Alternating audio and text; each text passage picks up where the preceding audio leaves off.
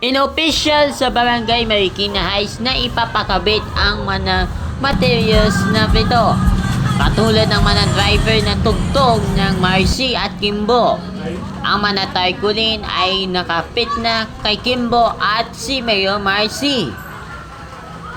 Pagkalipas niyan ay nagkabit na sila nito nakaraang linggo.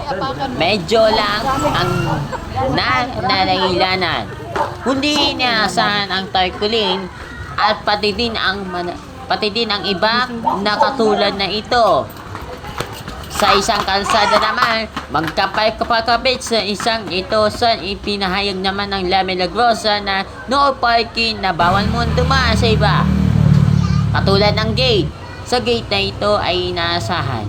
Pati din sa manatahanan at bahay. At pati din sa lahat ng kalsada at inaasahan na yung araw. Sa darating na halalan ay magpaparid dito sa araw na ito.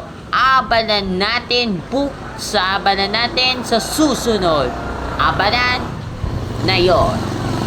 At pati din ang nasa ito, malaki ang tarpaulin ay nagpakabit sa darating na halalan sa eleksyon 2025 sa Mayo.